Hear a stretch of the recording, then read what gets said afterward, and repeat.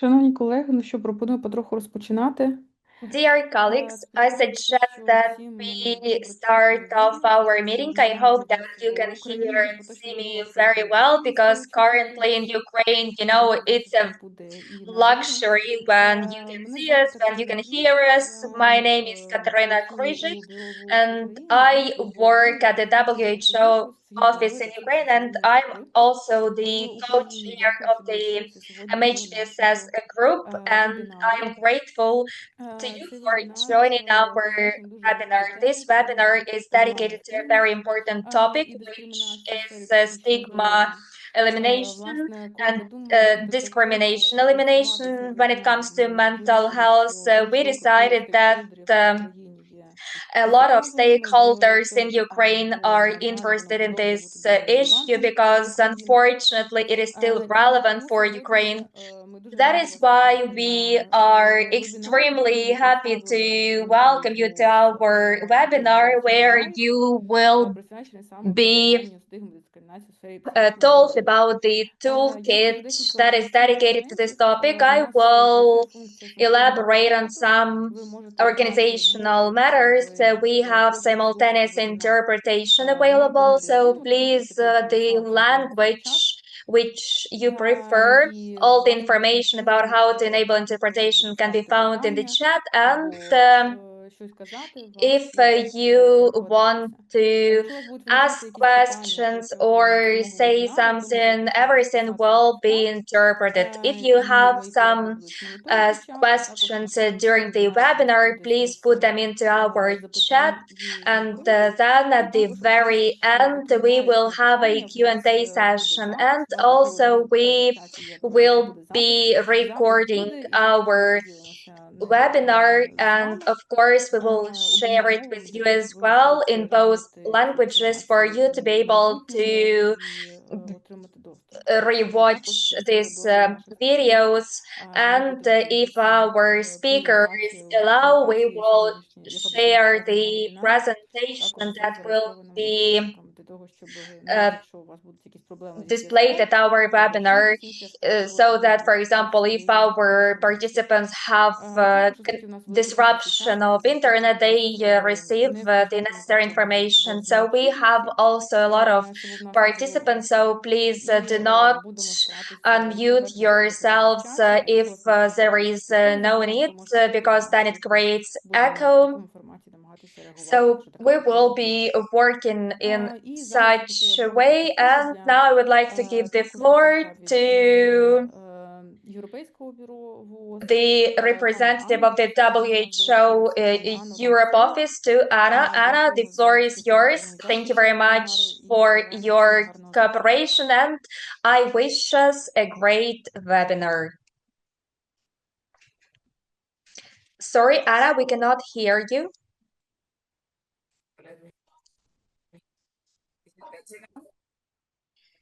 Yes, perfect. Thank you, Katerina. And a warm welcome to everyone. It's always such nice to be in these MHPSS working group meetings, because you're such a big number, but also because we always feel the enthusiasm and commitment to work towards transforming mental health systems. My name is Ana Tijerino. I'm working as a technical officer in mental health for the WHO Regional Office for Europe. And I am currently coordinating the implementation of a cooperation agreement with the European Union, especially with for the Eastern Partnership countries, that is called Support for Health Resilience in the Eastern Partnerships. The Addressing Mental Health Stigma and Discrimination is one of our key deliverables under this collaboration agreement, and we feel fortunate to be able to work with Ukraine and with all of you on this first step, as it is this webinar on rolling out and explaining what are the principles, what is the basis of this WHO Mosaic toolkit to address mental health stigma and discrimination.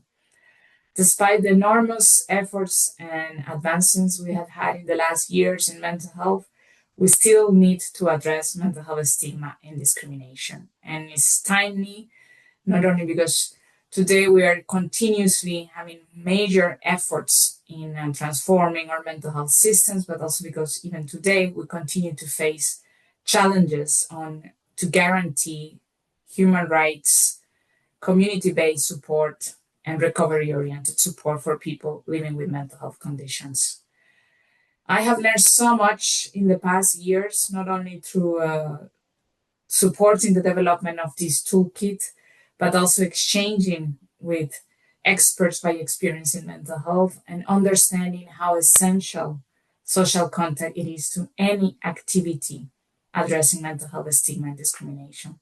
I feel very lucky to be in this position, in a learning position, and I am just here actually seeing how this grows and enlarges within the whole region. And this is why we are so grateful to having you all here. And also, I'm so grateful to Paulina for accepting leading this activity with us. And without further notice, I'll give the floor to Paulina and Jason Motter, our two big hands working on this for the dissemination of the toolkit. Thank you so much, everyone. Let's enjoy and have a nice conversation on how to address mental health stigma and discrimination.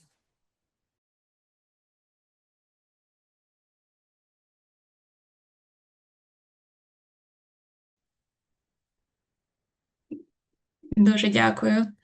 Thank you very much, Anna. Джейсоне, чи хотіли б ви сказати Jason, would you like to say a few words, or should I start my part? Yeah. I'm happy to introduce myself, and then we can move on into your presentation, Paulina.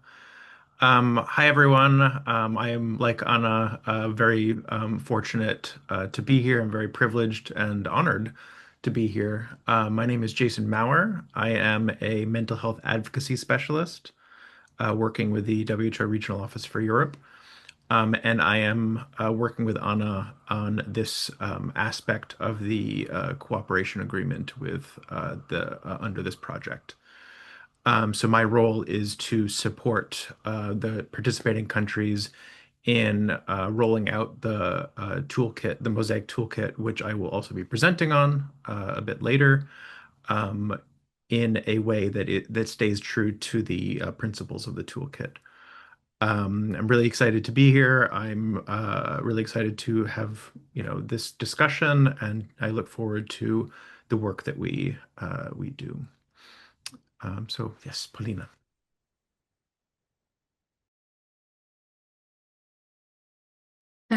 Дуже дякую. Мене Thank you звати very Поліна much. My name is Я Polina Brzeziewicz. експертка за досвідом. I'm Я дуже a долучитися до нашої person with сьогоднішньої lived experience, для мене велика an честь expert, and it is a pleasure to join our webinar. It is an honor to join the webinar to learn more about the WHO toolkit. I think that this is one of the best tools to combat stigma and discrimination. I will start off with my own experience of combating stigma in Ukraine. I have a bipolar affective disorder. I also have ADHD, and I've been living for many years having this diagnosis. So I have a lot to say about stigma. I would like to emphasize that this problem does exist. A few years ago, I couldn't even imagine that I would be participating at such a webinar. I was really afraid to be open about my diagnosis because stigma was prevailing at different levels. I was hoping that probably doctors were mistaken and not everything was so bad. Also, I had to hide that diagnosis from my family because, usually in the family, when there is a person with a mental health condition, it affects the attitudes of people towards the family. Of course, my colleagues knew nothing about about that, and І, звичайно, це all дуже of важливо this отримати created допомогу, адже дуже that нелегко жити uh, двома паралельними terrible життями, silence. одним професійним, It is really де hard треба to вчити, де в live мене є parallel світ, де в lives. мене є право голосу. The Інше життя, professional знаєте, one where I'm an поживається після expert роботи, specialist в якому я with стикаюся зі the всіма тими проблемами, які right to my voice, людям. and the other life where I face mental health conditions. So one of the major steps in my life was my coming out when I, you know, Це, знаєте, був такий decided крок в to невідомість, open up and tell people about my diagnosis. It was a leap into the unknown. There was no way back. I opened up about it at a big forum, and since then I started combating stigma. And I joined the peer-to-peer group of specialists who were also trying to fight stigma. Що я можу сказати? What Насправді else стигма can I багато. say? In Перед fact, цим випадком there is a lot of stigma. I was very much worried before this webinar, and as I always do, I was procrastinating. I got on the internet in order to look through the news, and what I saw in a neutral post about some educational programs, someone wrote that these schizophrenic people, and I realized that our work does matter, and if we haven't learned it in our small society community, but stigma still exists. This can be an educational institution, when you are communicating with your friends, when you visit a hospital. Unfortunately, our hospitals are also rife with stigma. Of course, it affects the quality of my life. It creates fear, shame, desire to hide myself. It causes the desire or the lack of desire to talk about your difficulties. It also creates barriers towards seeking medical help. I am afraid to tell the doctor about my symptoms because I could become a person who would be discriminated. And also, I would like to emphasize the positive changes in Ukraine. There are more and more communities of people with mental health conditions. And the fact that I'm participating in this webinar is a testament to the fact that there have been major progress.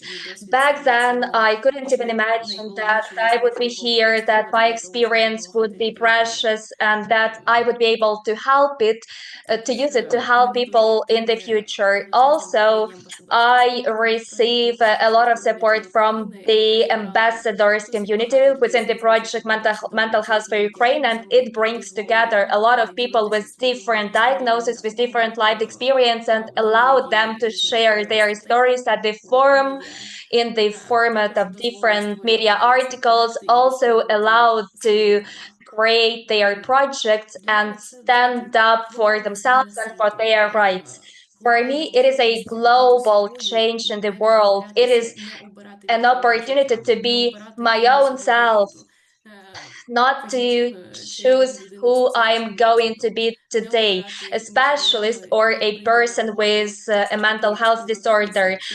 I do not have to pick my roles, and I am not afraid to come to work after another public speech that my colleagues could have seen.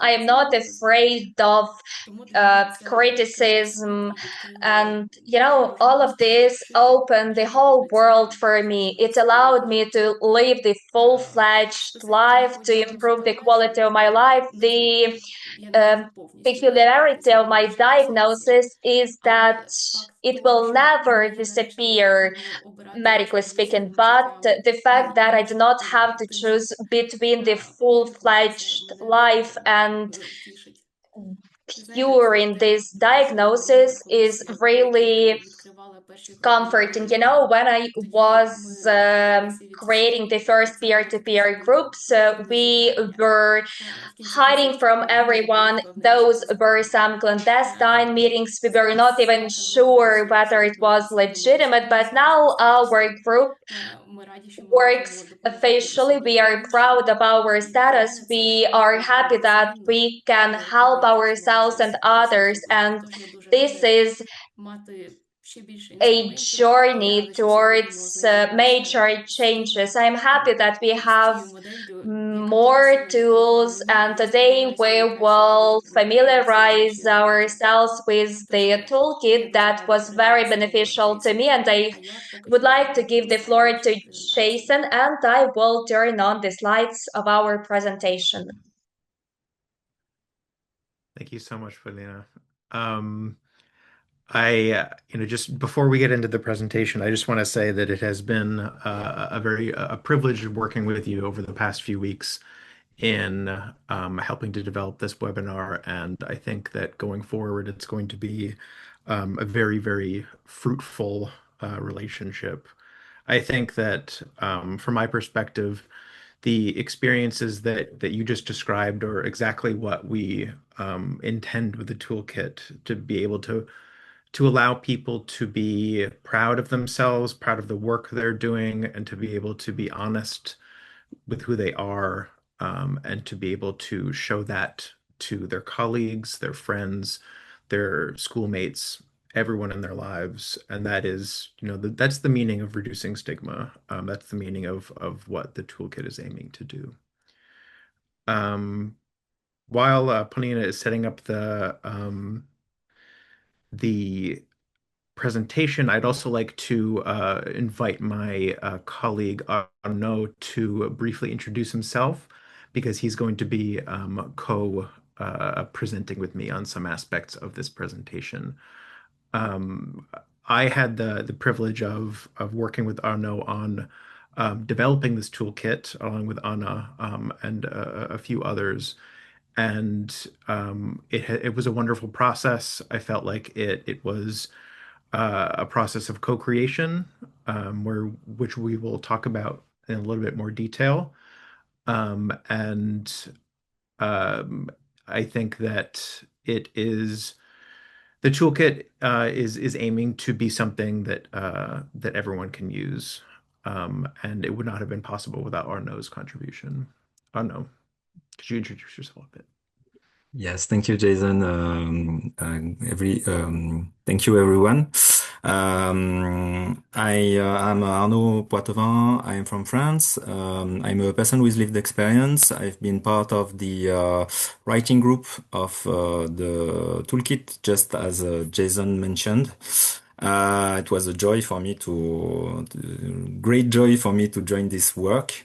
And also I think a very valuable experience. WHO, I would like to stress the fact that WHO Europe did really walk the talk and did really play the game of involving just people with lived experience, just similarly or in the same way that they involved researchers, member of the staff of WHO Europe, and so thank you for that, WHO Europe, Jason and Anna, because it makes this work meaningful, and it makes it an example to follow also when we are setting up projects, especially anti-stigma projects. So I work for an organization in France, which is a peer support organization. We employed more than 30 colleagues, peer support workers, who lead interventions of peer support interventions in sanitary and medico-social structures. And I will say a little more words about our anti-stigma initiatives later on. And I give you back the floor, Jason, for introducing the toolkit.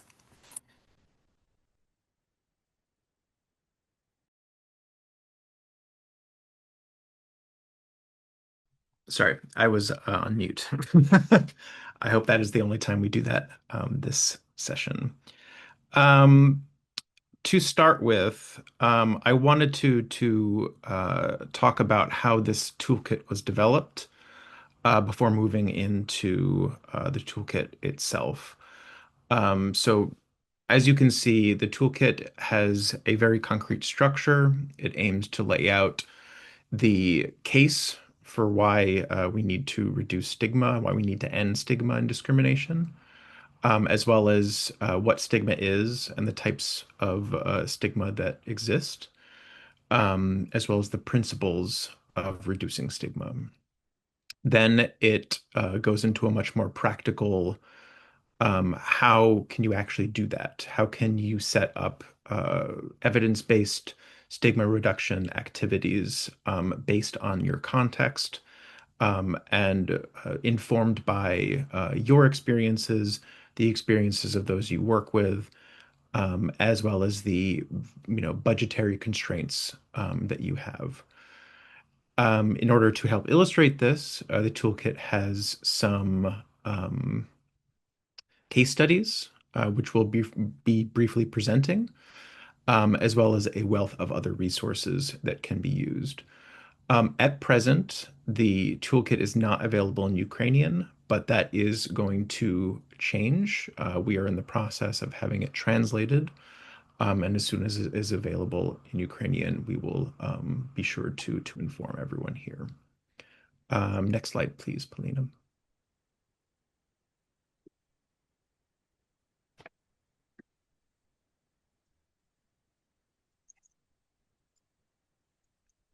I'm so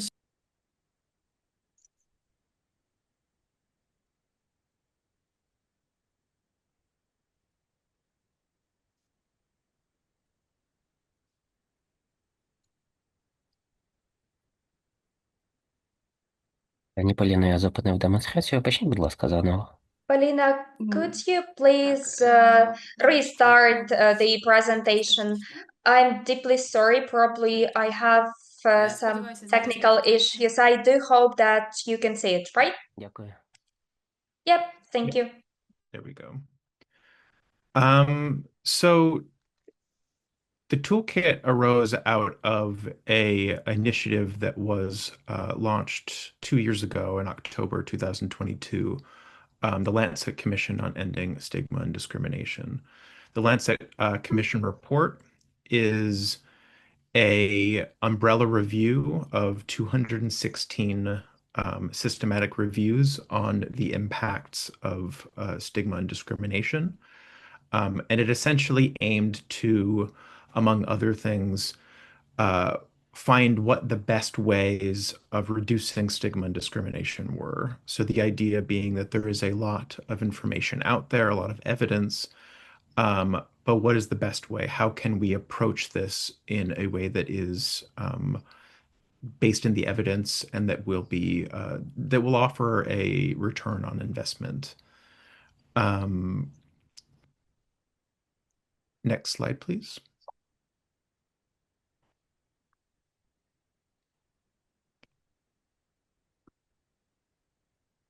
Perfect. So the Lancet Commission report broke down why should we care about stigma? Why is this an important area to tackle? And I think Paulina has already covered that in a great amount of detail from the very much real experience of her own life. It is something that affects who we are as a society. It is who affects who we are as individuals.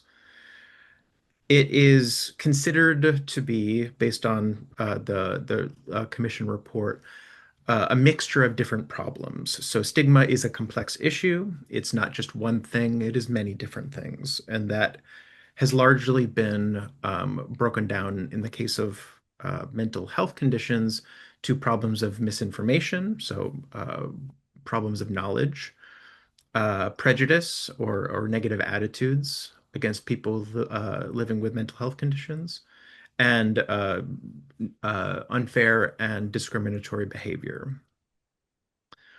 All of these are showcase why it is difficult to tackle stigma uh, in an enduring way because it has many different manifestations. But it is, I think, very clear that, and the conclusions of the commission report are this: stigma has an enduring impact on many, many aspects of people's lives. Again, we heard this from Polina. There are a lot of things that can impact people's daily lives, but also their futures. And those are summarized more on the next slide.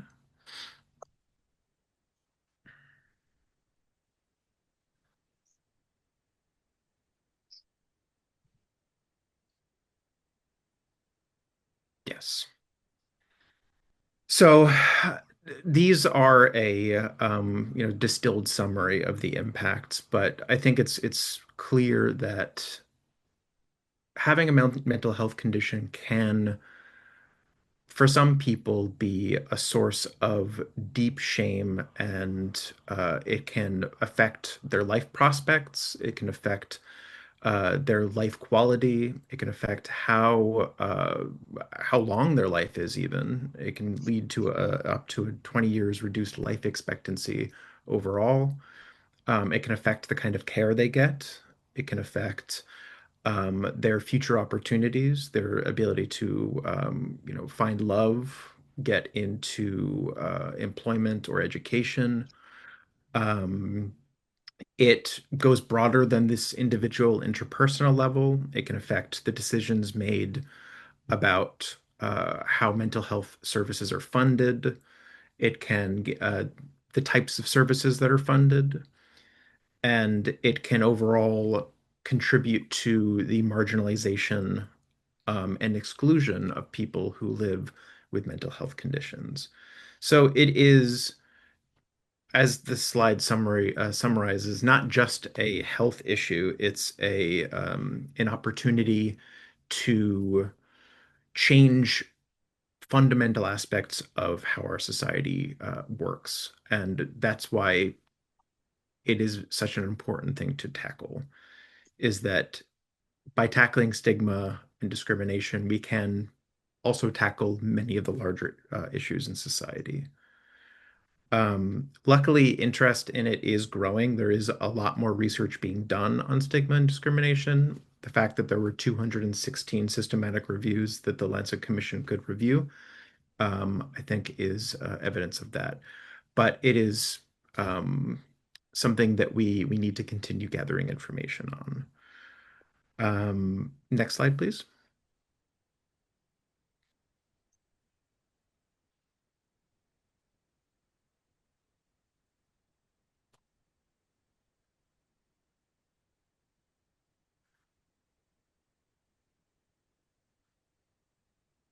Yes.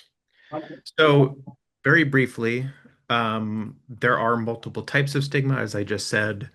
It ranges from the internalization of stigmatizing attitudes and beliefs. So a person may feel that they are worthless, that they are not deserving of certain aspects of life, such as, love, employment, education. Um, that can then move upwards and outwards to different social spheres. So people who are close to them may experience stigma by association. So the idea that a person who is the family of somebody with a mental health condition, a severe condition, might be seen as responsible for that condition or somehow in creating it. Then we get into the public sphere, the idea that this is how a lot of people see stigma, the general belief that people with mental health conditions are more violent, less deserving of rights, and as well as a lot of misinformation and discriminatory practices against them, as well as structural stigma. So the idea that laws and policies can systematically disenfranchise people with lived experience is still a very real thing in many countries across the world. So next slide, please. Yes. So all this to say is that the Lancet Commission report showed us that there is a wealth of evidence out there of what stigma is, as well as what can be done about it. And this is what it recommended for WHO. One of the recommendations of the report was that WHO should develop a toolkit. And so we got together, Arnaud and colleagues from King's College London, as well as other members of our team. And we focused on distilling the information from the report, as well as our various experiences with stigma and its reduction into what can we do? What can people do about stigma?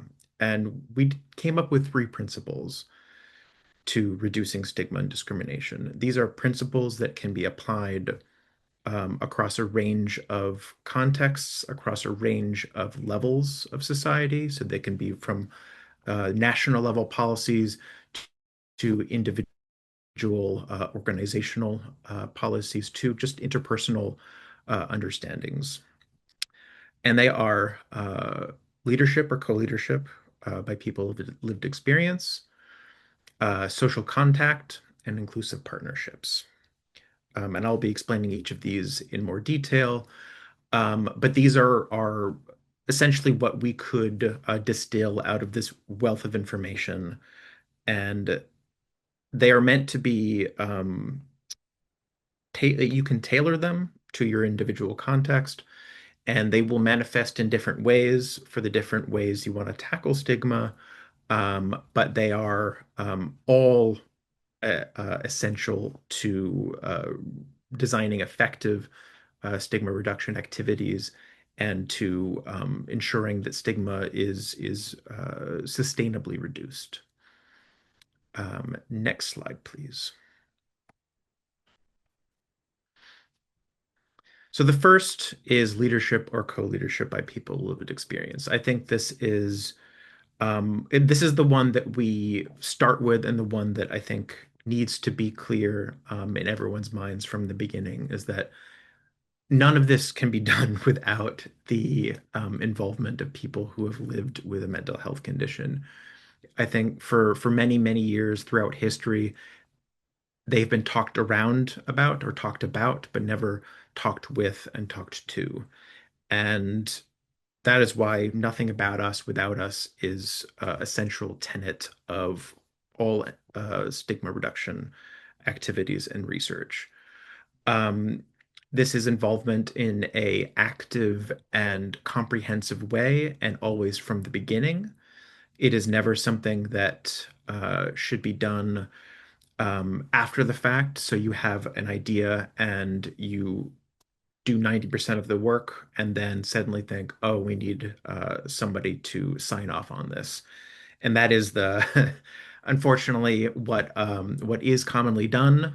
And it is something that contributes to the tokenization of this expertise that lived experience offers. Lived experience is never just a uniform thing. People who live with mental health conditions, their experiences are very different. They are very uniform, and this is an asset. This is not a bad thing. They can bring both their expertise through their experience, as well as the expertise that they have in other areas of life, and all of this should be embraced when they are brought on. And we say leadership or co-leadership because it can be both at the same time. Involving them is about equality, it's about transparency, it's about safety, it's about ensuring that they are participating in the way that they want to, and that is, I think, fundamental. Next slide, please.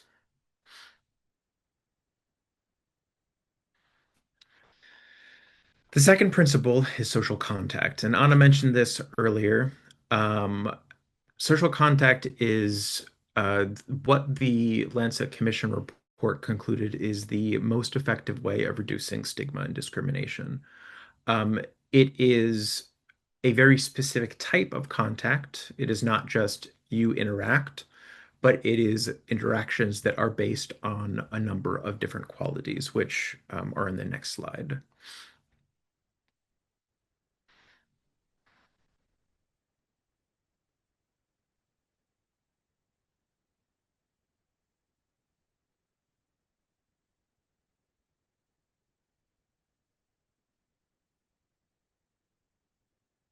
Yes.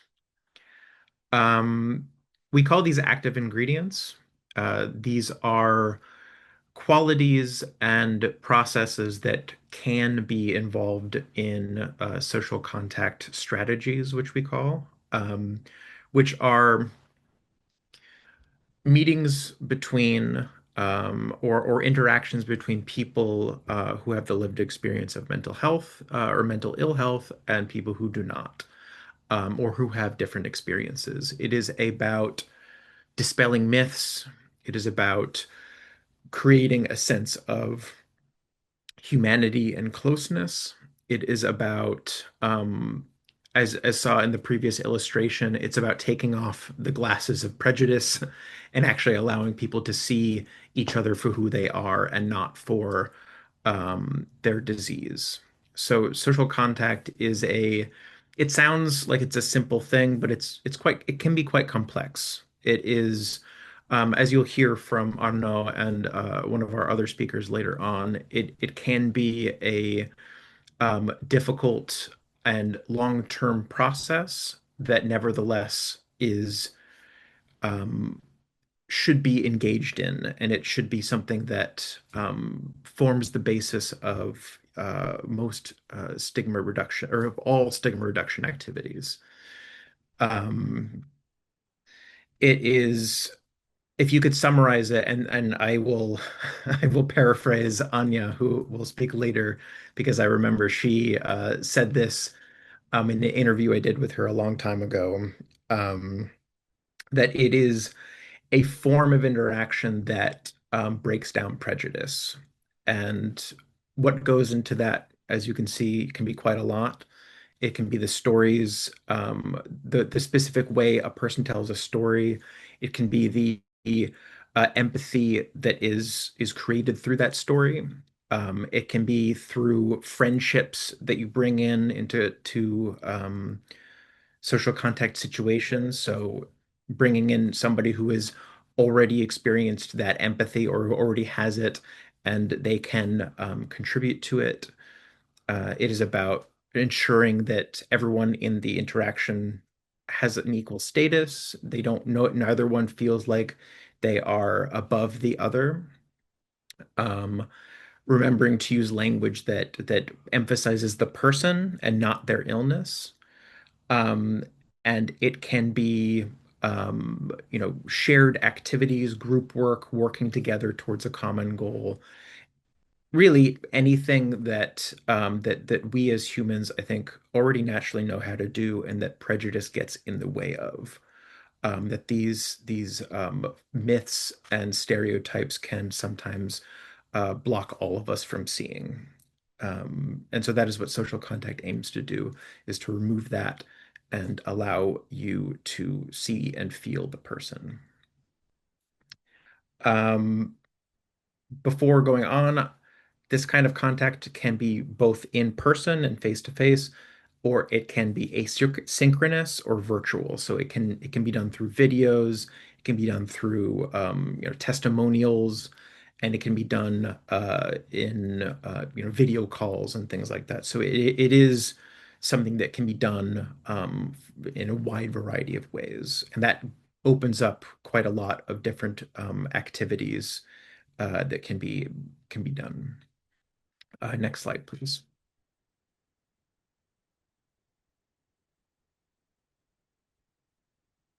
I will spend very little time on this because I think that we are preaching to the choir here. The MHPSS Technical Working Group, as I understand it, has been one of the best functioning collaborations that I have seen and heard of. It is a lot of people working together towards common goals, um, and people with different skill sets, different ways of looking at the world, different areas of focus, all of which can be brought together to produce outcomes and impact within a particular context. The diversity, I think, of the group is enviable in a lot of ways because it is something that can allow you going forward to produce a lot of good work with your anti-stigma activities. And I think that seeing your differences as an asset and as something that you can capitalize on already is of incredible value. Next slide, please.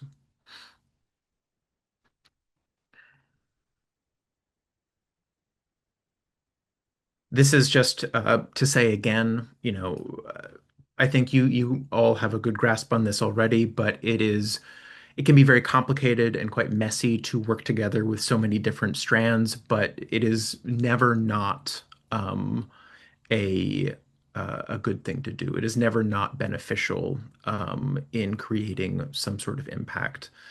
And I think that recognizing that you have a really strong group here to better the aims of people with lived experience in Ukraine is not to be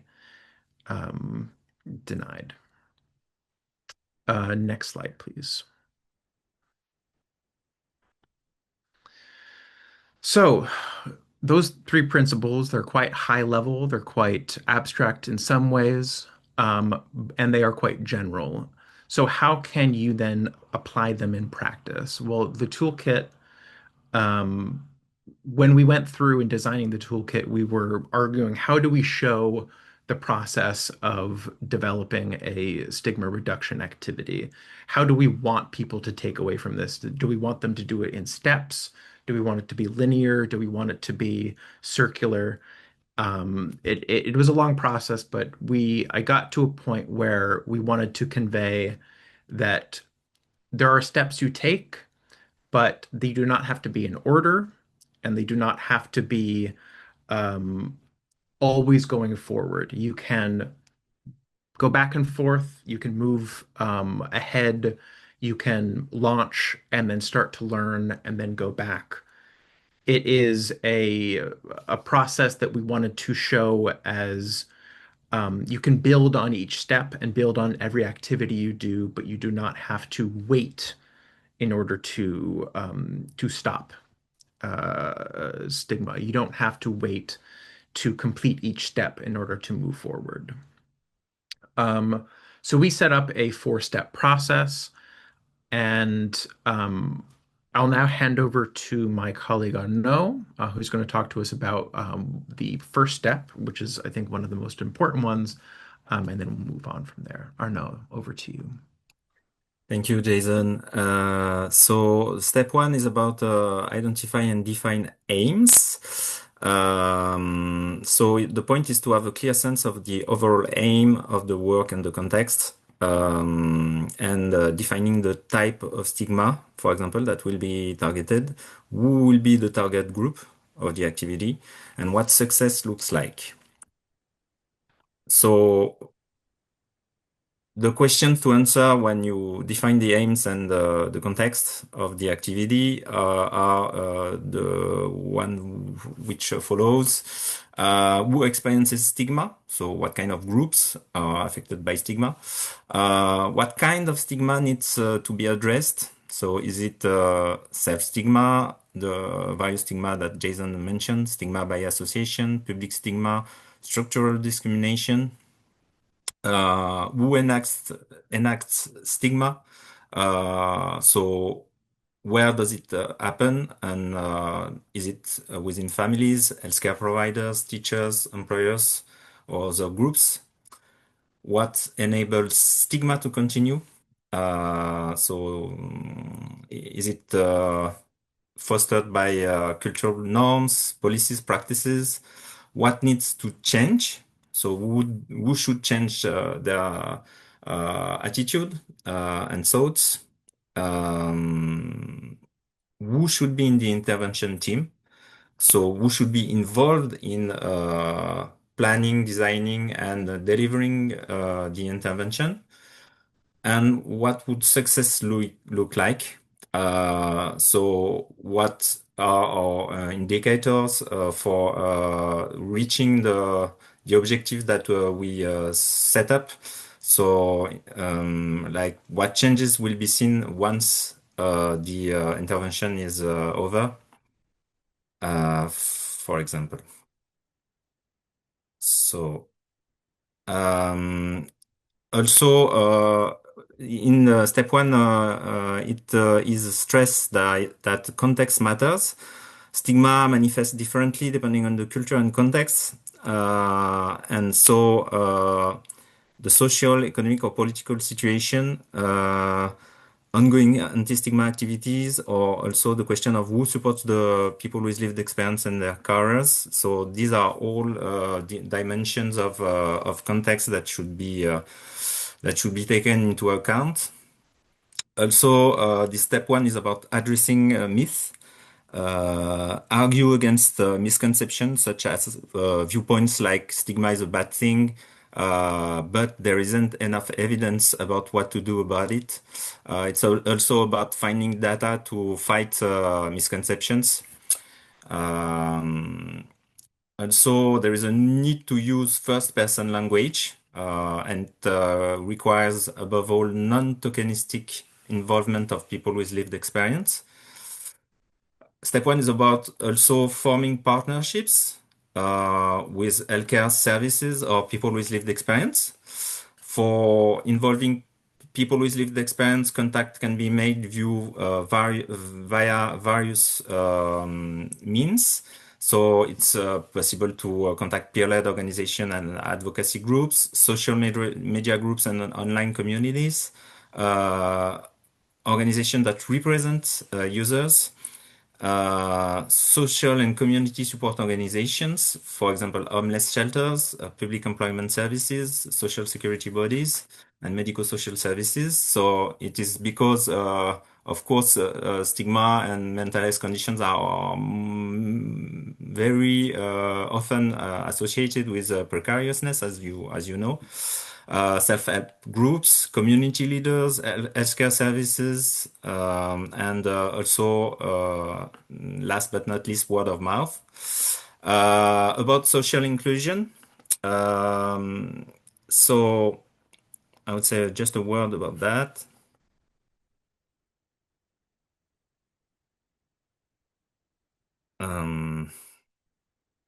So it means also tackling perspectives on participating in anti-stigma programs for people with lived experience. So tackling the question of what made involvement in anti-stigma programs difficult for people in the past. What made involvement in anti-stigma programs easier or more rewarding? And also, what are your recommendations for how best to involve people with lived experience in a program? So that were questions that were asked to people with lived experience who went through anti-stigma programs. So it's above all rely on including people with lived experience at the early stage of the program, include people with lived experience in leading positions for the program activity, arrange participation with the consent of people with lived experience, involve people at all stages of their recovery, involve a diverse range of people, provide a platform to share lived experience, include factors such as training, payment, and instrumental support, and prepare for challenges. So, among practical ways, maybe I get a little bit farther, sorry. Faster, sorry. Among practical ways to support participation, there is first also the question of financial support or payment for participation of people with lived experience as a way to value also their work and investment. They're also providing information and training about recovery, implementing safe spaces, providing educational courses, offering leadership training and training in, for example, project management, involving or creating a community of people with lived experience, and protecting anonymity and confidentiality so that privacy is ensured. And also, one thing that is important in step one is about how you handle disclosure of mental health conditions. This is a very sensitive point. So, for example, not everything about the condition will be disclosed equally to everyone. People with lived experience also will want to disclose their condition differently depending on the extent of the disclosure and the type of audience. So they will disclose, for example, just they have some mental health or health condition or a handicap, or they can go further by giving their diagnosis or their experiences, and also they will adapt the content of what they share depending on the audience. For example, it will be different with a peer, with a carer, and with a law enforcement professionals, for example. They won't share the same thing, of course. So I hand the floor again back to Jason. So thank you. Thank you so much. Paulina, could you go forward on the slides to step 2, please?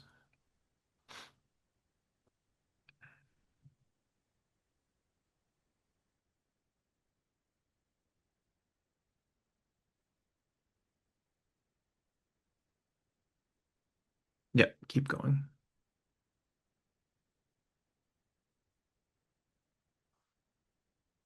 Perfect. Great.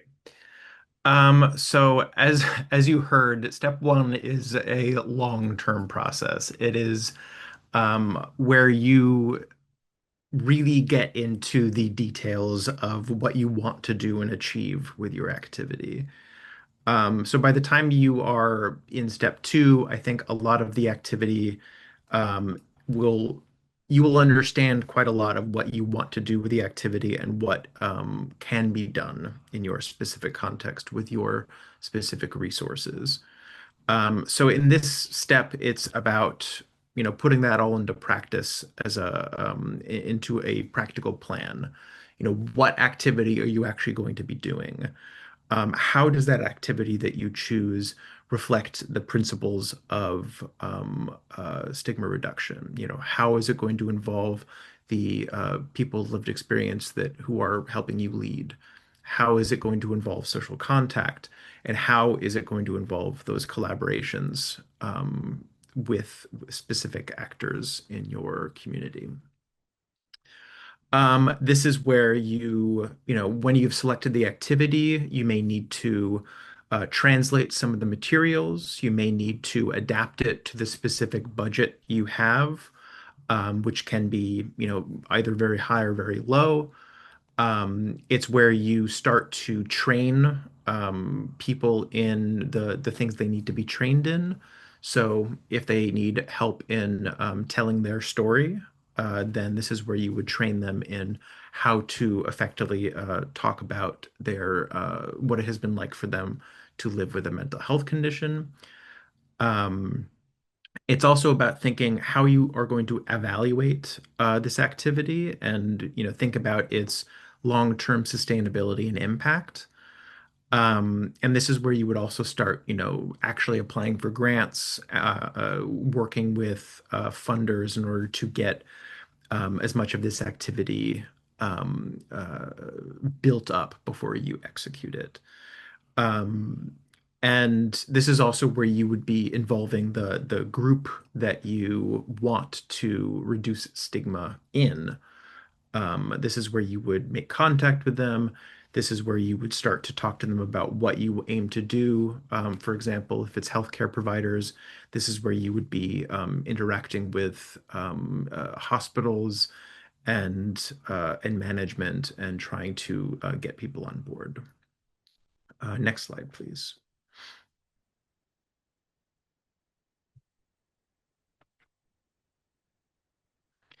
So I just wanted to show a couple of examples of, we'll get into this in more detail later with our international speakers, but you can do either, a lot with a little or a lot with a lot. You can go from individual level interactions such as this, which is on the slide. These are an initiative that was held in Zimbabwe and a few other countries on developing a way for people to safely talk about their mental health in very specific contexts with people who've been trained to talk with people in that way. So it can be very interpersonal, it can be small scale, or it can be, as the next slide shows, much bigger, and it can be national level.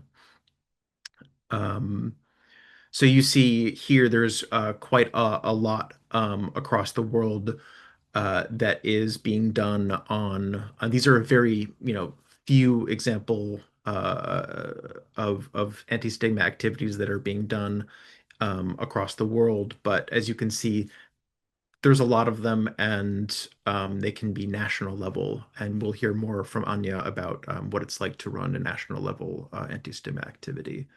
Next slide, please.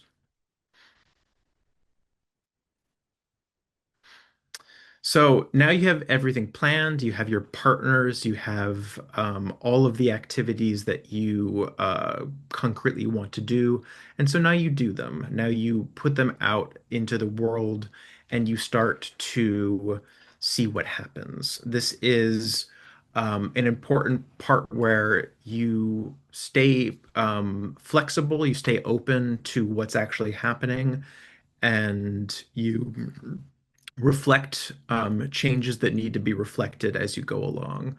So as you all know, I'm sure, being involved in MHPSS, once you put a plan into practice, it very rarely goes the way you plan it to. So this is the step where I think you acknowledge that and you course correct if things need to be changed.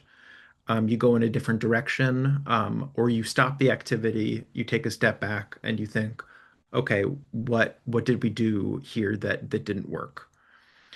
Um, this is where having a strong, feedback and monitoring system in place will be very helpful. And this can even just involve regular group meetings that, would allow you to take stock of what's being done on the ground and to listen to the people who are actually engaging in the activity. Um, it's important at this point to recognize that, you know, if something is going wrong and you need to stop, that is not inherently a bad thing, because every opportunity gives you a chance to learn, and it gives you a chance to reflect on what can be done better going forward. Next slide, please.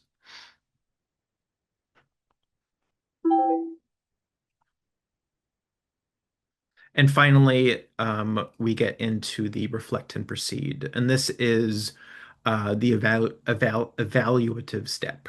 This is where you start to think about overall what has worked about your activity, what hasn't.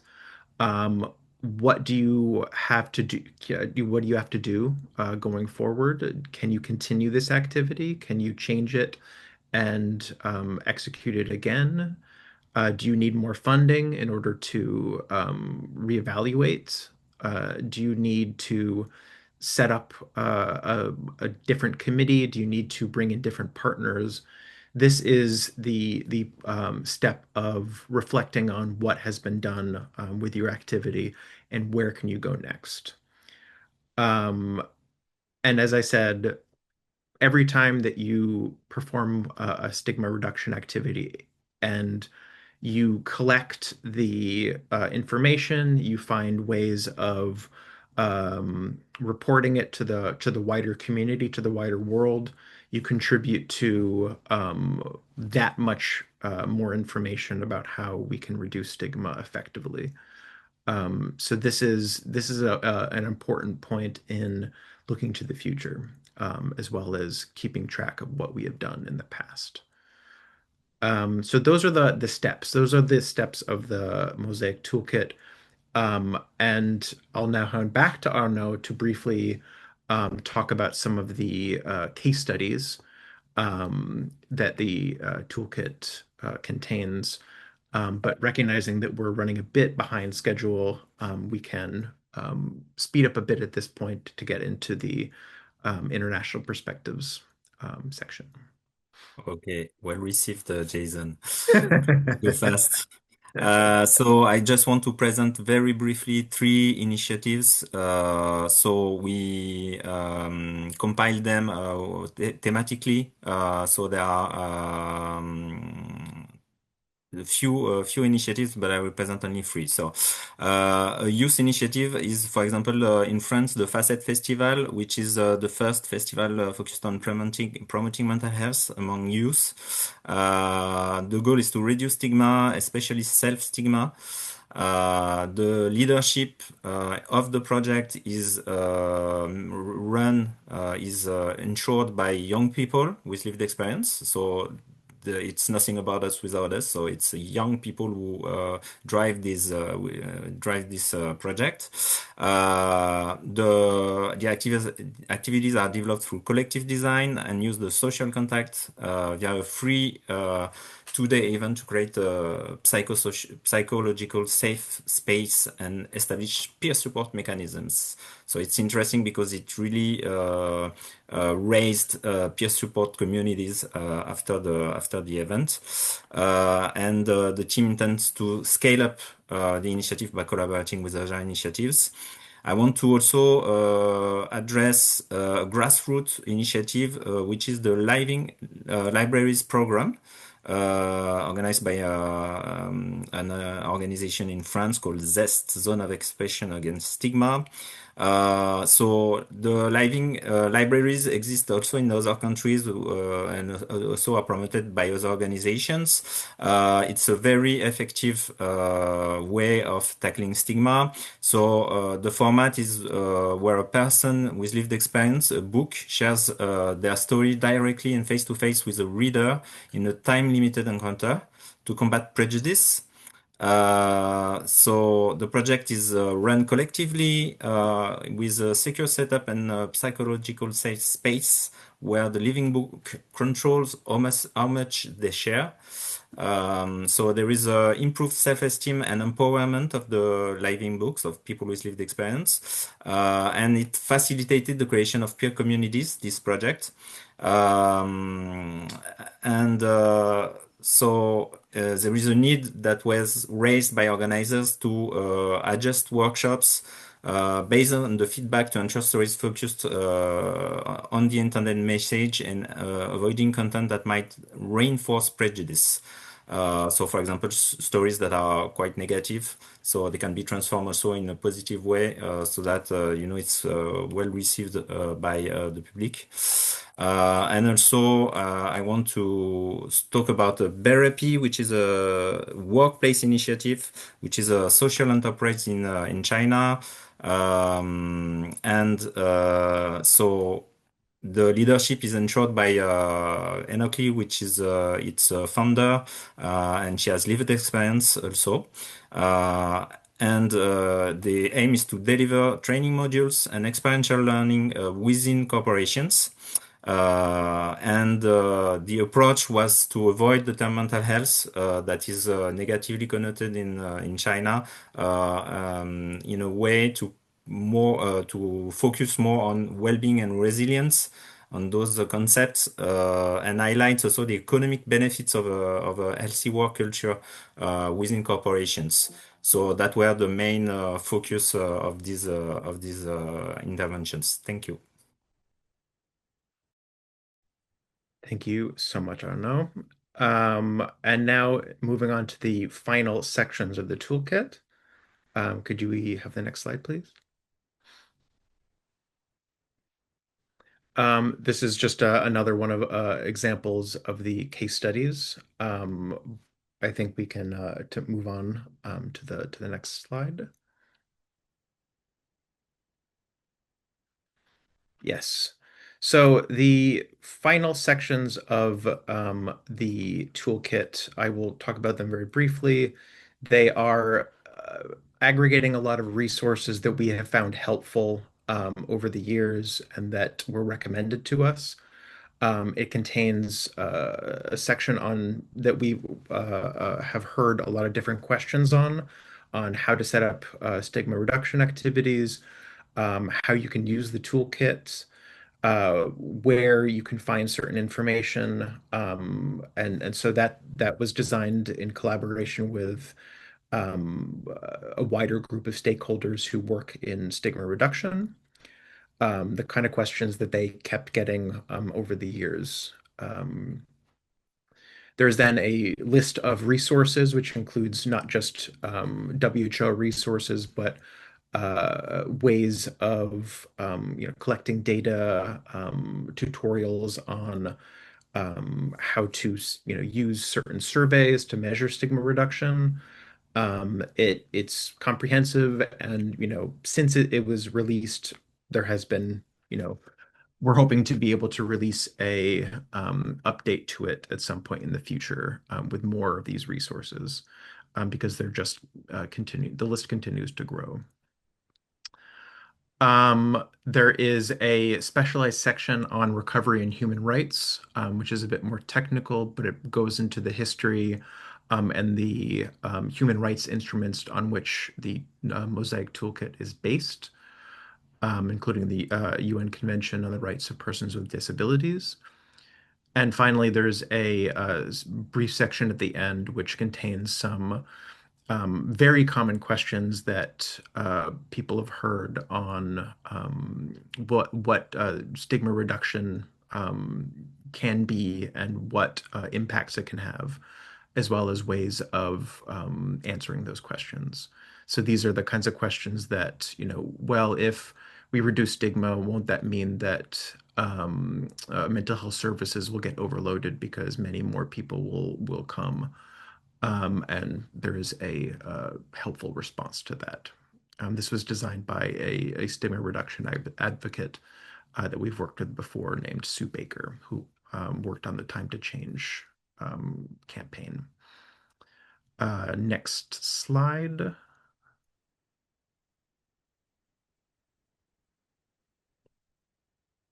Yes, so that is the annex there. And then I just wanted to briefly end with a final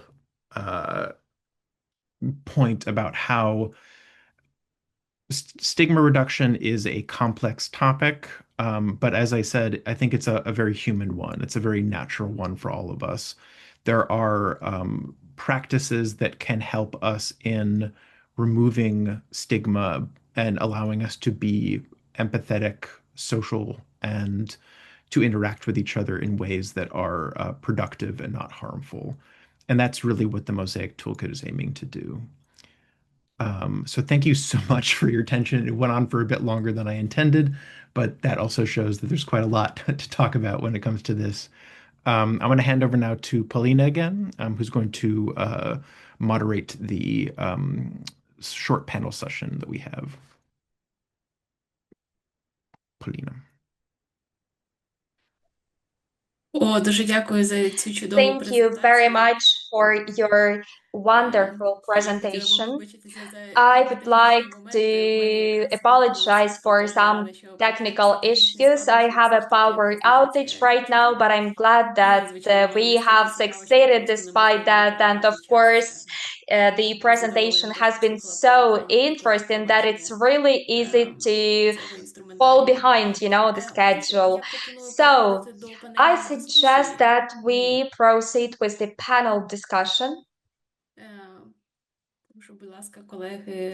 Dear colleagues, are you ready? Ara?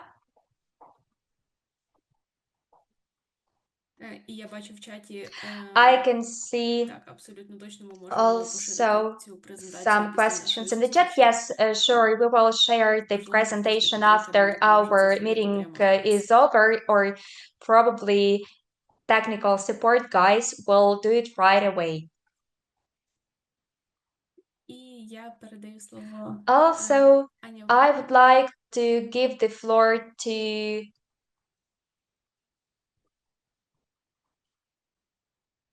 Anya.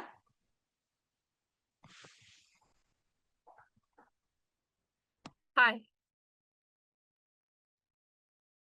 Should I just start out by introducing myself, Paulina? Okay, hi everyone. My name is Anja Karvilsby, and I am the program manager of the Danish anti-stigma program called One of Us. Paulina, I'll just speak a little bit about One of Us, right? Yeah. So One of Us started in 2011. And with the vision to create a better life for all by promoting inclusion and combating discrimination related to mental illness. And at the heart of everything that we do is a big core of ambassadors who are all people with lived experience of mental illness. A couple of them are family members, and we have some power duos of a dad and a daughter, an adult daughter, and a mom and a son. There are a couple of those, but other than that, it's all people with lived experience of mental illness. And the ambassadors are in different parts of their recovery journey. Some have fully recovered, but many of them are still on their way. What is important for them is that they are in a good place in their life or have come a certain way in their recovery so that they're able to reflect on what they've been through and to select what parts of their lived experience is relevant to the different audiences that they speak to. So it's never the same story from beginning to end. Ambassadors always consider what does this audience need to know from my experience. So it's always matched. And that I think that's what you also talked about, Jason, that it's important that the ambassadors, both their experience, but also their status in different parts of life equals the audience. So for example, if it's a class of high school students, it's important that the ambassador is a young person who has a lived experience from the time or from being young and being in high school and can talk to the reality of the high school students that they're in right now. And in the same way, if they're speaking to professionals from a closed mental health ward, it's important that it's somebody with experience from being in a closed mental health ward. And of course, not everyone has that. So we always try to match the experience with the task at hand, you can say.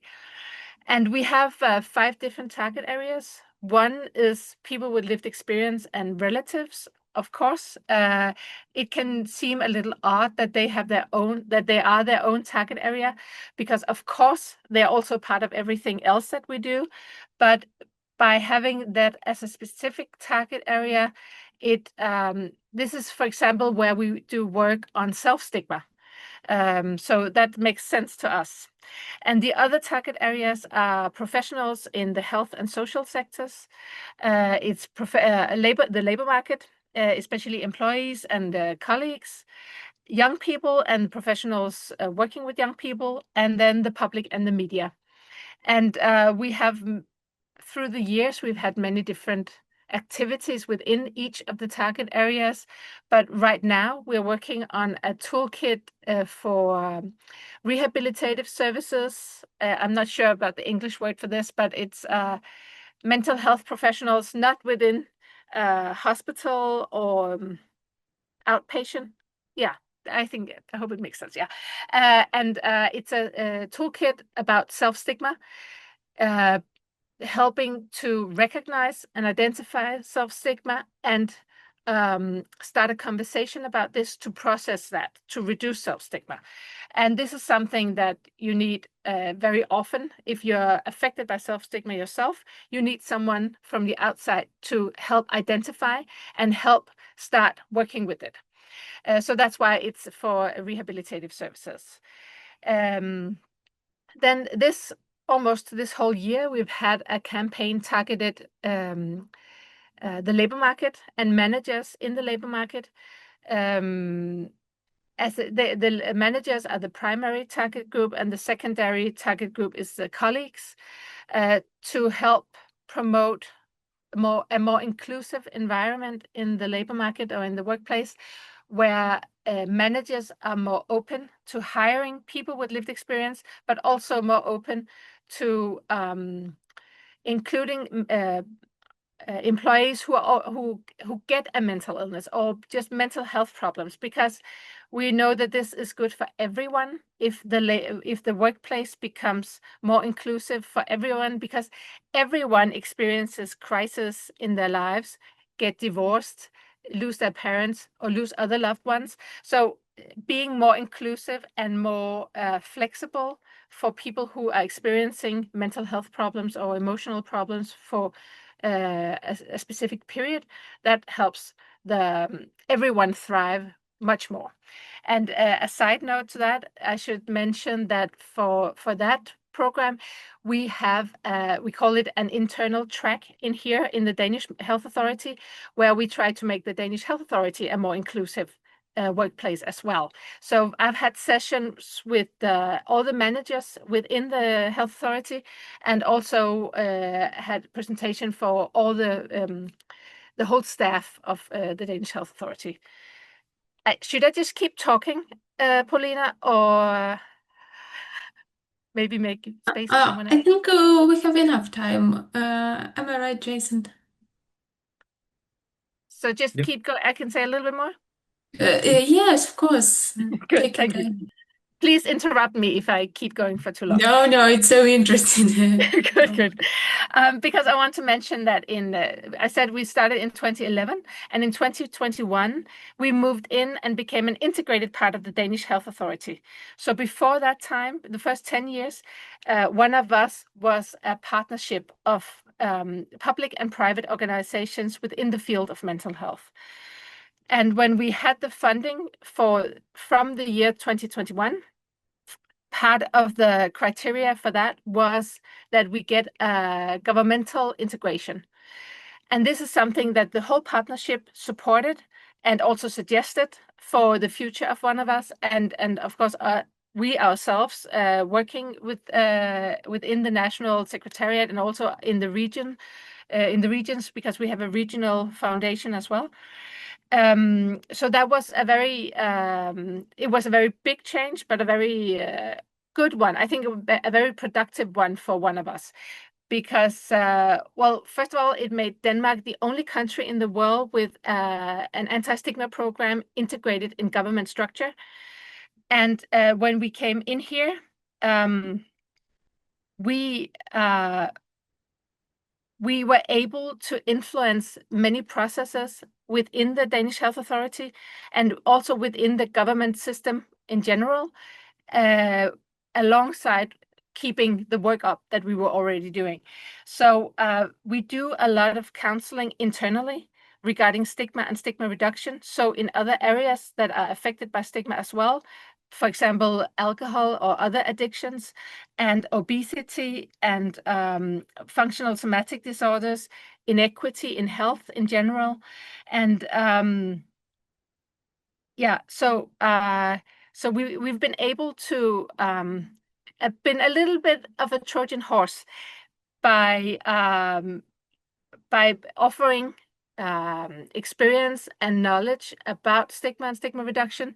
And that opens the door for, very often our colleagues will come and ask us about, could you read this? Is this stigmatizing? Or do you know someone who could help us with lived experience, who could help us in a working group, for example? So it has, what I think the biggest achievement is that we've been able to bring in lived experience to many different processes within the Danish Health Authority. So, for example, Denmark is working with a 10-year mental health action plan starting in 2022, I think. And there are many different processes in that, but it had 37 recommendations from the Danish Health Authority, and the top 5 priorities among those top 5 was stigma reduction. So that means we have been able to interfere with a lot of the other processes in that plan. So, for example, currently there's a working group developing, it's called something like better treatment for people with ADHD and autism. And there's an ambassador from one of us with ADHD and autism. We've had an ambassador in a working group to make better treatment for people with schizophrenia. Both there was one group for grown-ups and one group for children, and there was an ambassador in both. And also we've been able to, when there's a new project starting within the field of mental health in this in-house, we called in ambassadors with experience, for example, with schizophrenia. So we had, I think, 5 ambassadors come and just share their experience, and we would facilitate from one of us, and the colleagues who were going to do the actual work would listen in. They could ask questions as well, but we just wanted them to take their starting point to be from the lived experience. So that is kind of the basis level. And at the top level, there's a national council monitoring the work with the 10-year mental health action plan. And in that council are 2 ambassadors as well. And the council consists of, I think, about 50 representatives from all the professionals, lived service users, all the different organizations within the field of mental health in Denmark who are included in this work. They are in that council, so it's kind of a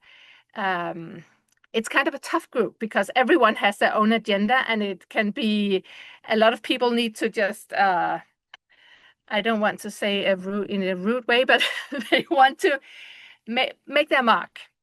And so for the ambassadors, that's a little tough, but it's also like one Giuseppe, he mentioned when he stepped into that room for the first time, it was the scariest moment of his life, but also the proudest moment. So it is actual lived experience at the highest level of this work and being put to use, and also helping other ambassadors be included in that as well. So I think that is one thing that I'm particularly proud of, and I think is a very big achievement with this integration of one of us into the Danish Health Authority, that it's opened everyone's eyes for inclusion of lived experience. And I think everyone wanted to do it, but it just felt like very difficult. And where are these people and how do we include them and what do we do? So we, from one of us, are kind of a guarantee of high ethics, good support, good preparation, good follow-up. And because we know the ambassadors and they know they can call us if something goes wrong, or they get insecure about something or just want to comment on something, we always are here. We're always here as a backup, but they get into the space where things are actually happening and having influence on that. I should stop here, right, Paulina?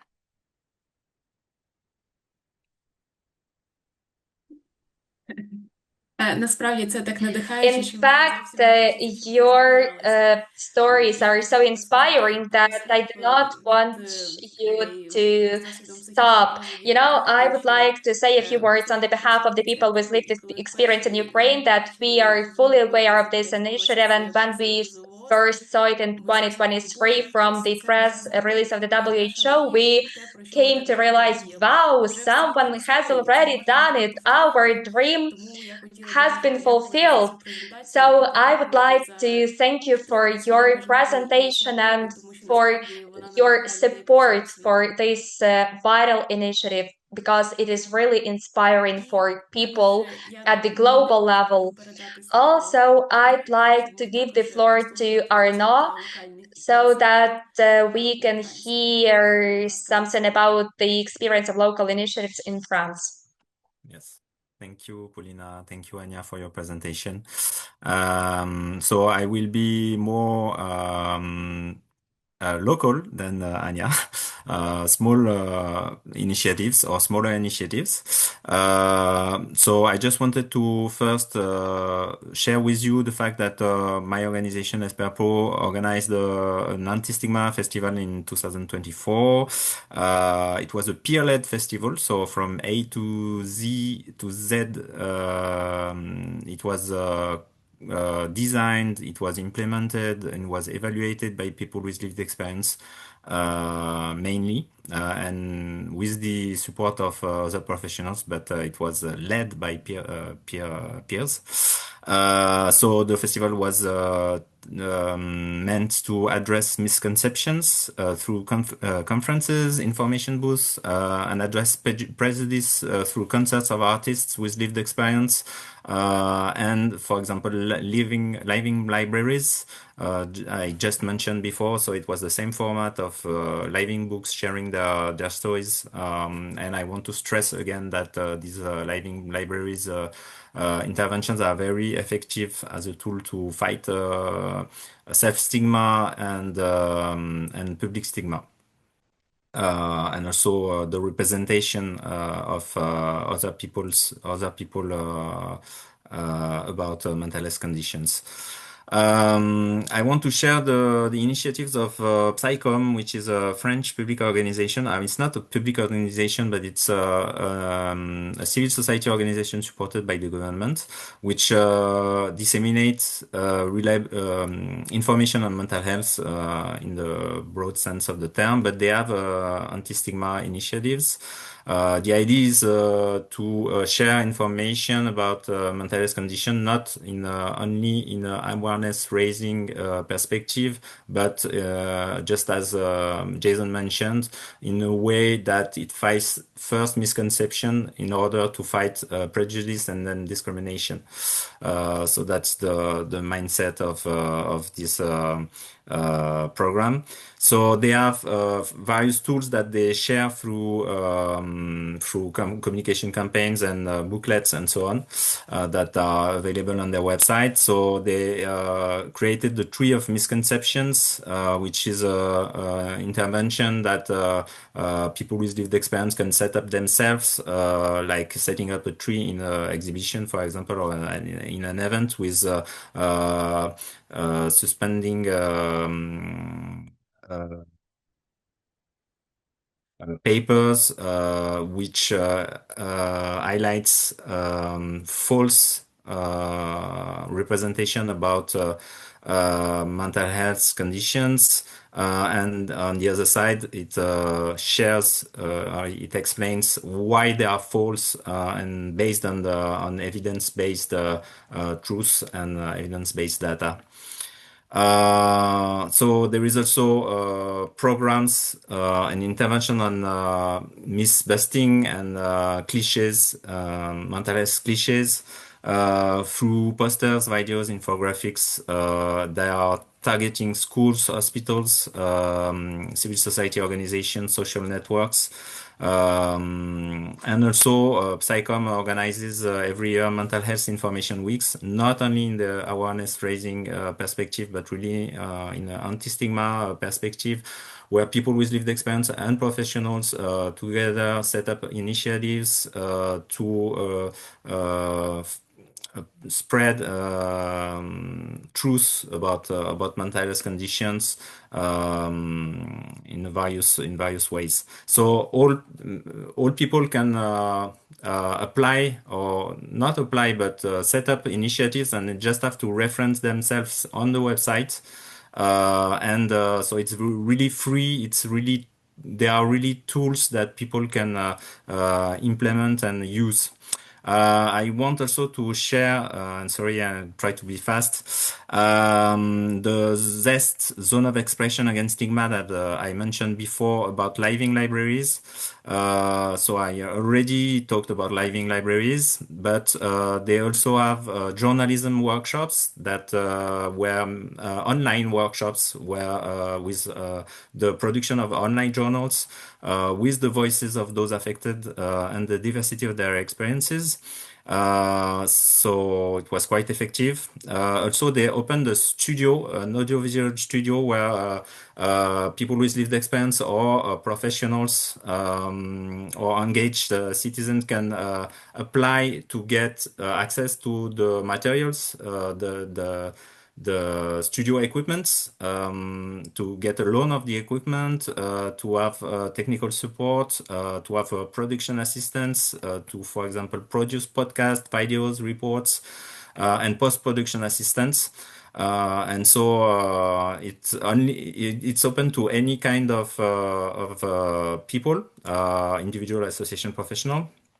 And it helps to create content on anti-stigma initiatives.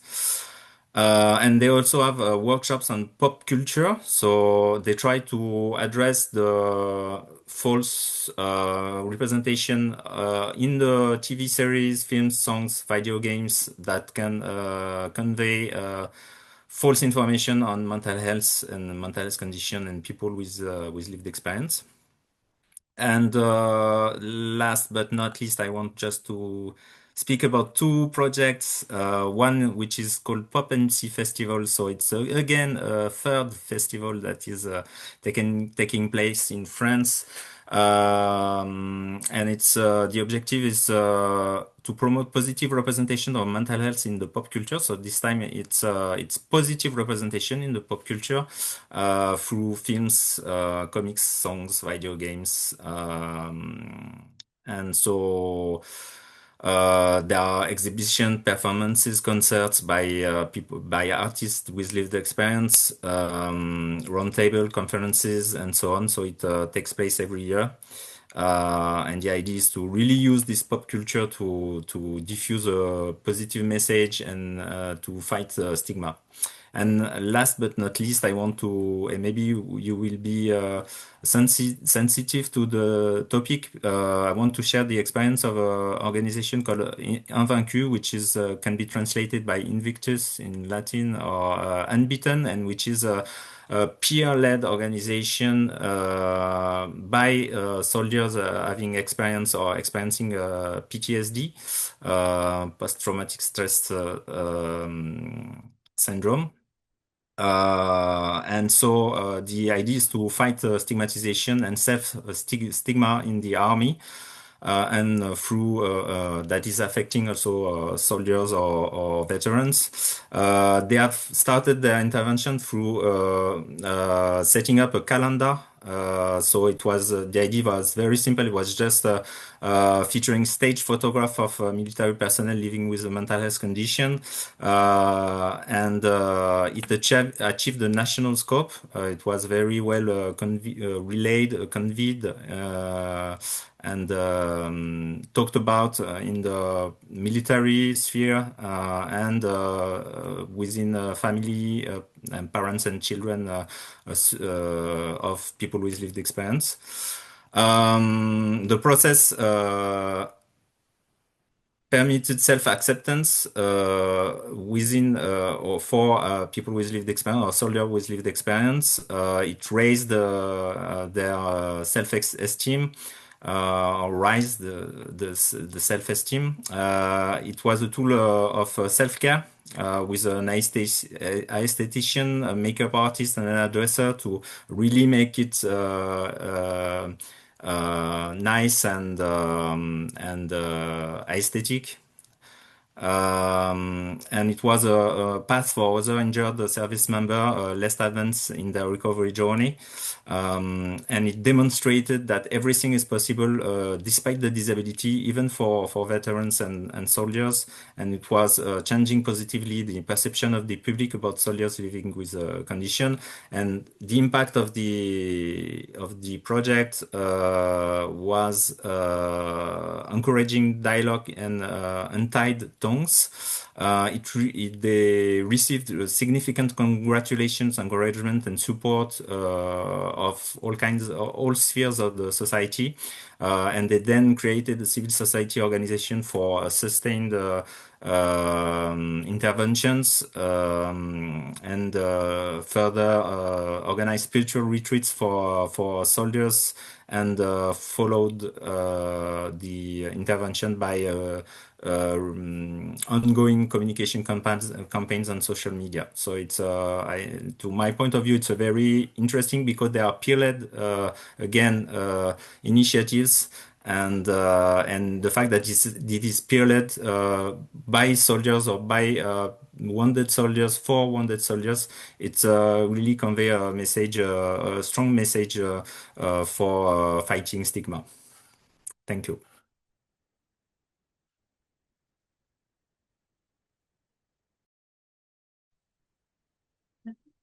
Дуже дякую. Це Thank you справді so much. надихає. Really, this Я inspires. слухаю про такі ініціативи, і I мені was так хочеться listening почати втілювати about їх прямо these зараз. Я initiatives, сподіваюся, and що I'm можна just почати willing to організовувати start them щось just таке, right now. I бо just really насправді, want to як set на мене, up вплив those локальних right now, ініціатив може because бути the більш influence видиміший of local за ініціативою глобальних initiatives may Тож я щиро дякую за цю have some презентацію. effect on myself, І and I я would be думаю, happy що to ми have можемо such переходити effect. до сесії Thank you питань once та again. відповідей. Now, I believe we can start questions, Чи, можливо, answers, parts. колеги, у вас є ще Otherwise, коментарі, colleagues, які maybe варто someone сказати зараз? has any comments you want to add to our words?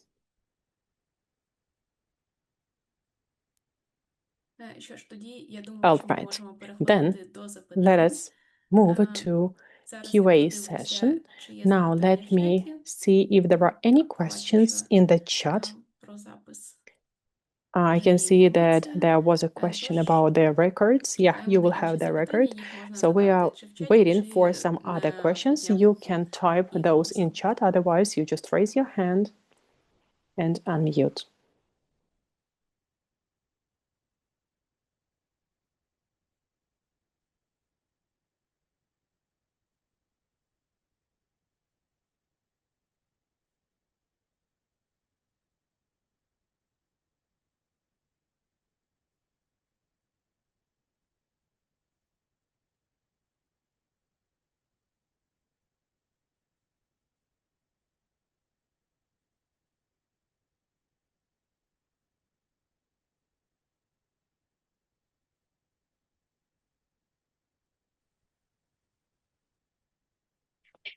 Можна запитання? May Дякую за I have my презентацію, question? Thank you for the шановні presentation, спікери. our Це dear було дуже speakers. This was надихаюче. Хотілося inspiring. б більше We'd дізнатися like про to find out чи є такі some more ініціативи information в about Україні, які initiatives here локальні, in Ukraine, які which are самі local активності ones, and проводять. what other От, activities і by themselves are held друге here in запитання Ukraine. це And стосовно my other інструменту, question який is зараз about був a презентований. toolkit Чи which was presented to враховувався us. And did якраз you take досвід into consideration the experience of, українців, let's say, які мають Ukrainians схожий who have досвід? similar experience? Thank you.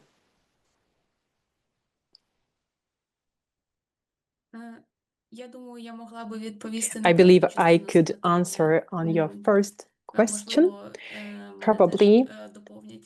Щодо someone will add it to my words. ініціатив в So, Україні, in насправді regards їх to дуже initiatives багато. Я in не Ukraine, хочу in виділяти reality, якісь they are in a конкретні, big бо насправді amount, всі and I ініціативи, які cannot існують, вони highlight just абсолютно some of чудові. those because Але all of those are ті, really в good. яких But беру участь, які мені найбільше those I імпонують, participate наприклад, in and which I проект like the здоров'я most. для This is the України з project for амбасадорською mental програмою. health Власне, along with амбасадори це ambassadors люди з program. So досвідом життя з ambassadors, they психічними are розладами, people які with публічно experience when обговорюють they цей have досвід, some які mental діляться своїми conditions and they share their thoughts, they can participate in development of national projects, and they, in general, they are just open to keep up that dialogue.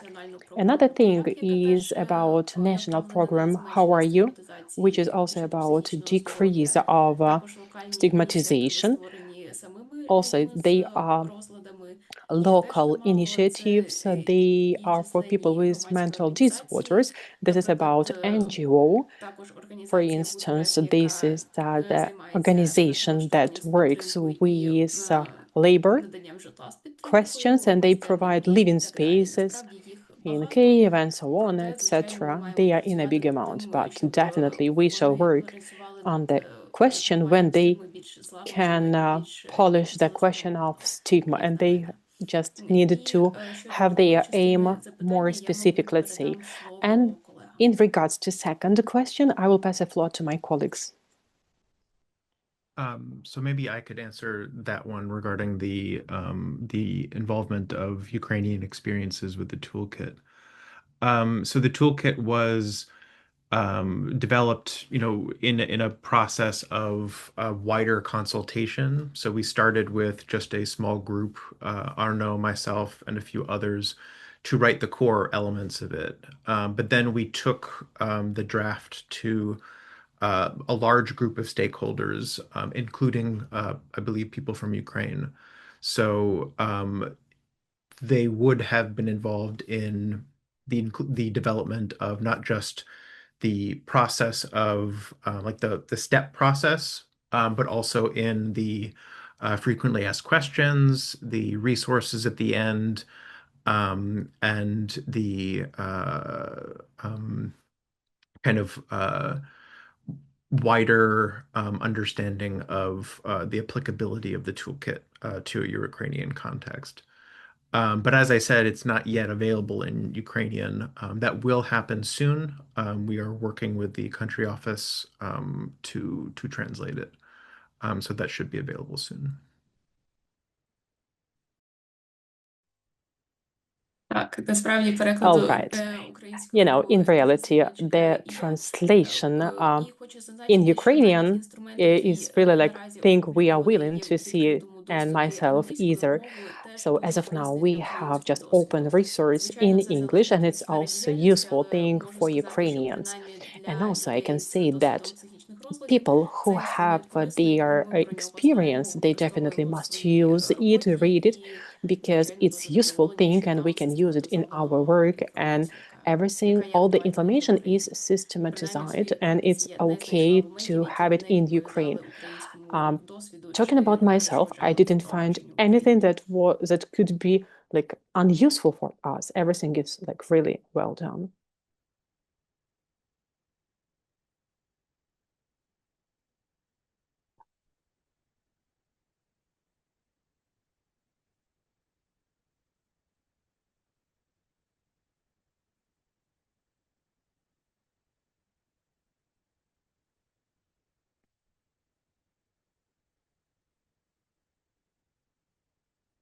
У нас є ще 10 We хвилин have на 10 more запитання minutes for a Q&A форматі живого session. спілкування, а після When цього having всі our запитання я live буду conversation переходити на afterwards, all the questions спеціальну I форму, яку will ми теж redirect підготували, to але поки є special важливі form, запитання, which is які вам тут. prepared.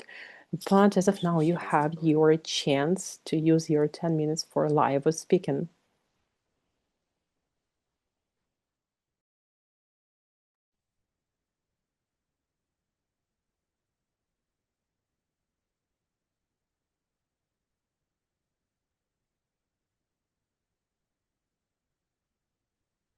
We do recognize that it's been quite a lot of information we've given you.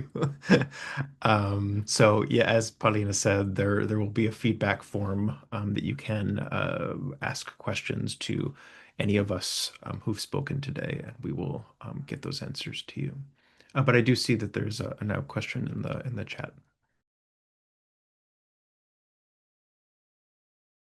Так, наступне Right. питання, як ви Yeah, вважаєте, the яка група other населення question. найбільш How do you think стигматизована в which Україні? group of population is the most Я думаю, що stigmatized in в Ukraine? багатьох нас I believe that lots of us have good feedback answering this question, but for myself, I could answer like this.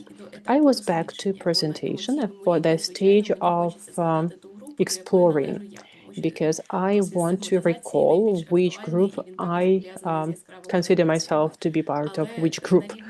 But at the level of their exploration, of observance, we shall develop and introduce the tools that will let you to actively track different levels of population with appropriate reaction response on it. Yeah, because to decide which group of population has the biggest stigma, it's quite hard. And my private opinion, we shall provide response for different kinds of stigma with using different tools. And it's not about the question if this group is the most stigmatized or not, because any stigma for any group must be excluded at local and national level either. And I'd be happy if someone can add it to my words.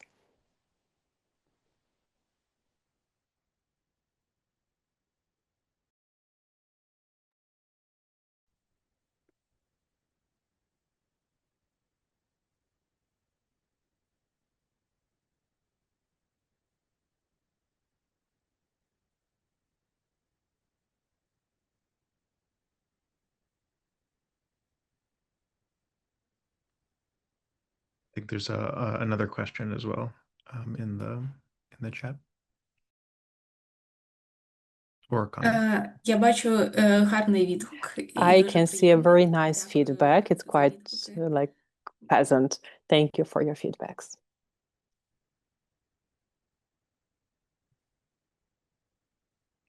I wanted to come in at this point and say, since we are almost out of time, that as Anna said at the beginning, this webinar is part of a larger project funded by the EU on rolling out the toolkit in Ukraine.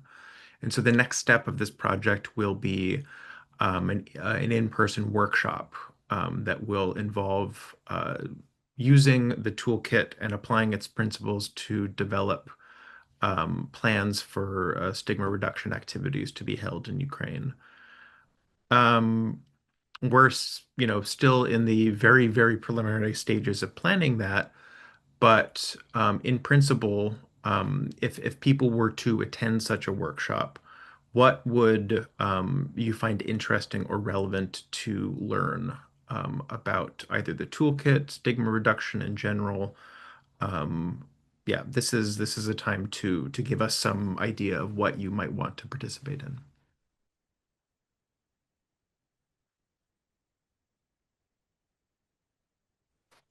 І я And бачу підняту руку. I can see the hand raised, Anya.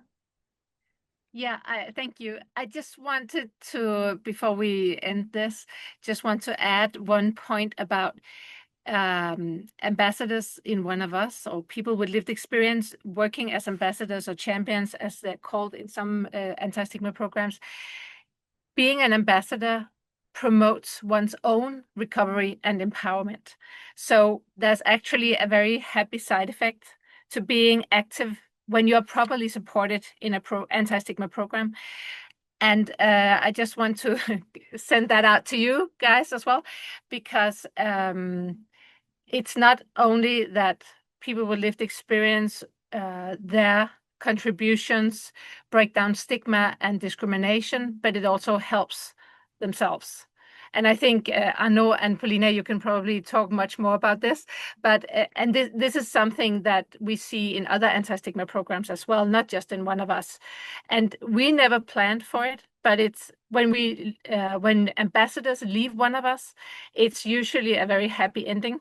It's usually really great ambassadors, so it's always sad to have to say goodbye, but it's because they moved on. They gained new skills, new perspectives on life, and then yeah, they're moving on, so and in a better place than before. So I think that's an important point to keep in mind. So it's not exploitation of people with lived experience; it's a win-win. situation. Yeah.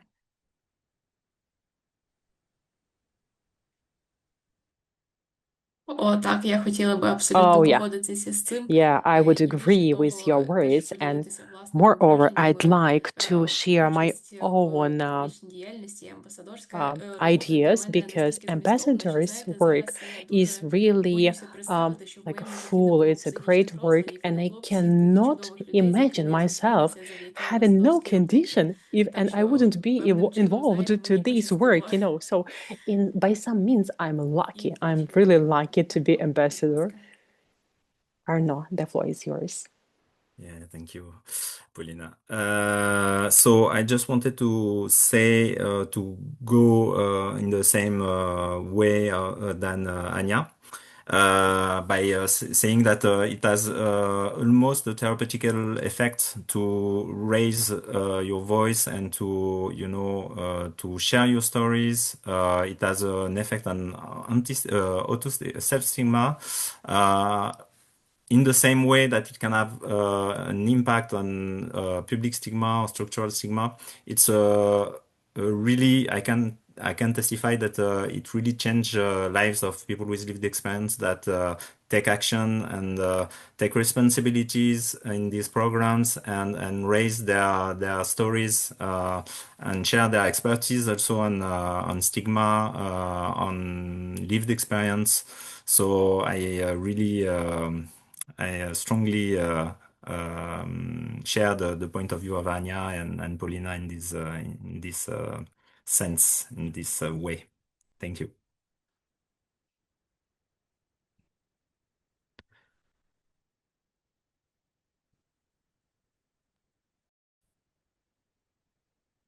Я дуже дякую за питання і Thank за you відгуки в чаті. for your questions, for your Також я бачу, answers, що вже as well as надіслали певне those which посилання are in на the WHO chat. website, I can also see спитати. that some resources are І я already думаю, що shared, and I believe час підходити до that завершення the нашого time is вебінару. over already, yeah, with our webinar. Тут. And here, Так, можливо, ще. О, дуже maybe дякую за someone. відгуки. Oh, thank you. Thank you for your positive feedback.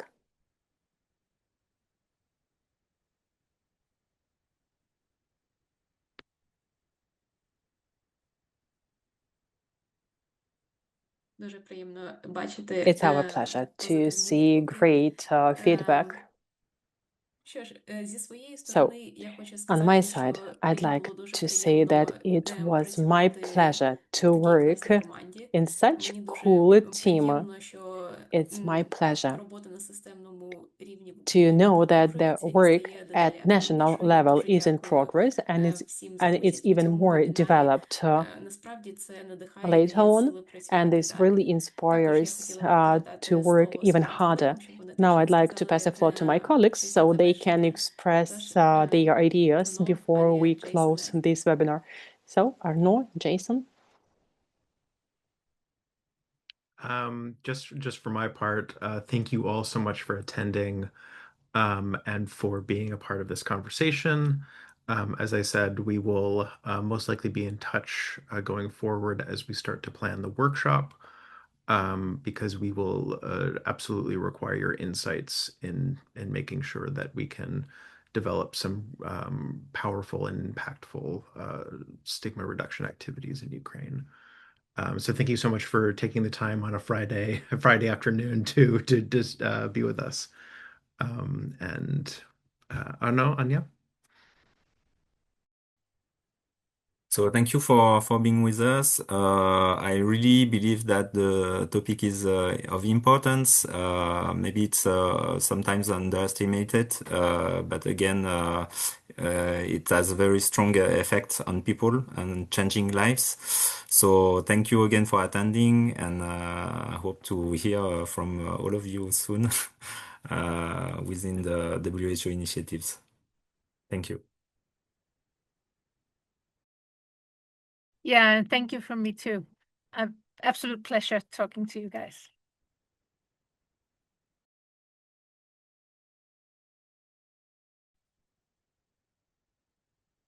Дуже дякую.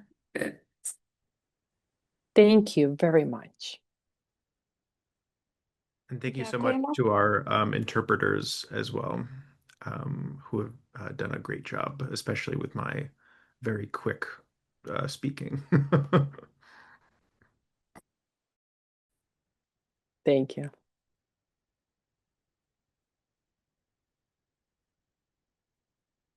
Знаєте, мені дуже не хочеться You know, зараз завершувати цю now зустріч. Я I just всім don't запрошую want ще to close намагаюся this відкласти цей момент. video, Мені так and хочеться I do побути ще all my в best цій just to прекрасній postpone компанії. the moment Але when I думаю, just що за click the кілька button хвилин and the call. наш вебінар все ж таки But маємо anyways, завершувати. in a couple of minutes, we will Я have і to дуже say сподіваюся, final що goodbye. But ми I ще really believe зустрінемося that і під we час will воркшопів, see і each під other час once цих again and подій, even more тому що насправді while роботи our багато, next і я events, рада, що because ми всі honestly, we яскраві have в so тому, much щоб їх things to do, and all of us are really interested to have some other progress.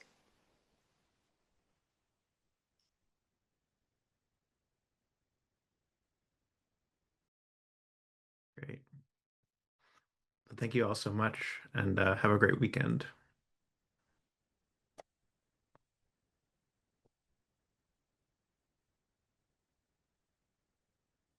Дякую, до побачення.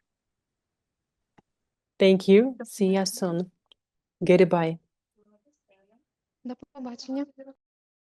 До побачення.